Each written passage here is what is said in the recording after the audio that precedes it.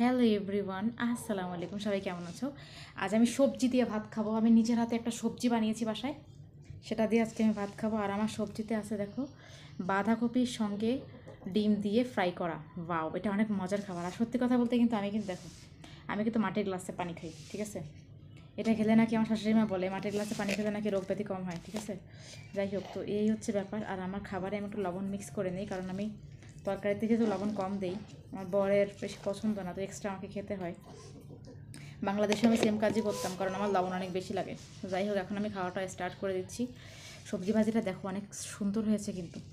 আর এই টাইপের খাবার কিন্তু বাংলাদেশিদের একটা মজার একটা খাবার। শুধু বাংলাদেশি না, তবে বাঁধাকপি আমার শ্বশুরবাড়িতে মানুষ একটু কমই খায়, কেন জানি না, এরা খায় না। আমার হাজব্যান্ড অবশ্য লাইক করে, আমি ভাজি করলে তারা মোটামুটি খায়, বাট ওইভাবে তারা নিজেরা কখনো ভাজি করেনি বাড়িতে। বাঁধাকপি তারা রান্নাও করেনি, বাট আমি করি। আমার তো ভালো লাগে খেতে, এটা তো আমার মজার একটা খাবার। যাই হোক, সো আমি এখন খাওয়া স্টার্ট করি।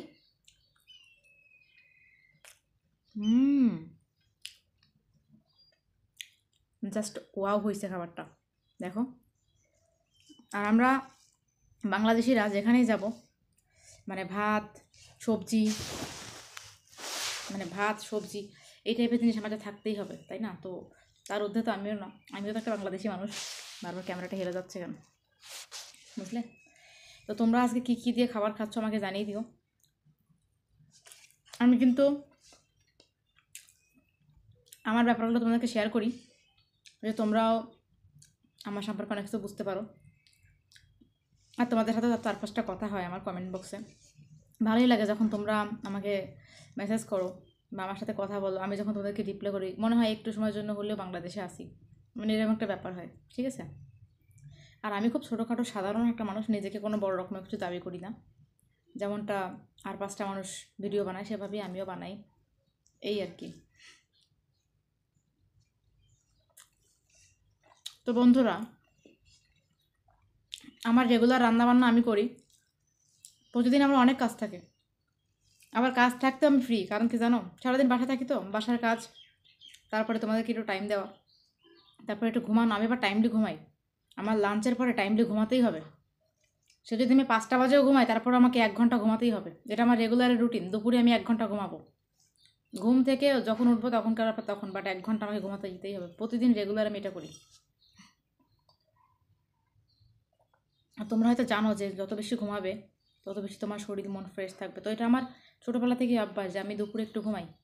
বাট আগে ঘুমাতে পারতাম না, যখন স্কুল কোচিং ছিল তখন তো কোচিং টাইমে ঘুমাতে পারতাম না, 3টা বাজলে কোচিং থাকতো বা স্যার আসতো বাসায়, ওই সময়টা খুব খারাপ লাগতো। এখন বড় ক্লাসে এখন আর ওভাবে সমস্যা হয় না।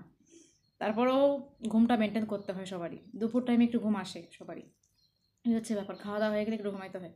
আর বাসায় আমার বর সকালে ব্রেকফাস্ট করে না, আর দোকানেই করতে হয় নাস্তা। আমার যে দোকান খুলতে হয়, আমাদের দোকান আছে নিজেদের, তো এখানে খায়। মাঝে মধ্যে হয়তো বাসায় খায়। আর লাঞ্চ টাইমে আমরা একসাথে লাঞ্চ করি, রাত্রেবেলা একসঙ্গে খাই। বাট সকাল টাইমে আমার বরের সাথে খাওয়া হয় না। বাট মাঝে মাঝে ঈদের সময় দেখা যায় যে, মানে কাজ বেশি থাকলে, আবার আমার ক্রিসমাস ডে আছে, এরকম ডেতে আবার দুপুরবেলাও খাওয়া হয় না বরের সাথে, ও সারাদিন কাজে ব্যস্ত, একবারে রাতে খাওয়া হয়। তো এই হচ্ছে ব্যাপার। আর আমি বেশিরভাগ টাইমে সকাল টাইমে দেখা যায় যে একটু পরোটা মাঝে মধ্যে খাই, মাঝে মধ্যে ভাতটাও খাই, কারণ ভাতটা আমার শরীরের জন্য হয়তো বেশি দরকার। যাই হোক, অনেক কথা বললাম, খাওয়া দাওয়া করি। তোমরা সবাই কমেন্ট বক্সে জানিয়ে দিও তোমরা কী কী খাচ্ছ। আর বাঁধাকপি ভাজি বা এই টাইপের ভাজি টাইপের জিনিস দিয়ে ভাত খেতে কার কার ভালো লাগে কমেন্ট করে জানিয়ে দিতে ভুলবে না। পাশে থাকো, আর দেখা হবে তোমাদের সাথে সামনে নতুন কোনো ভিডিওতে। আজকের মতো এই ভিডিওটা এখানেই ক্লোজ করছি।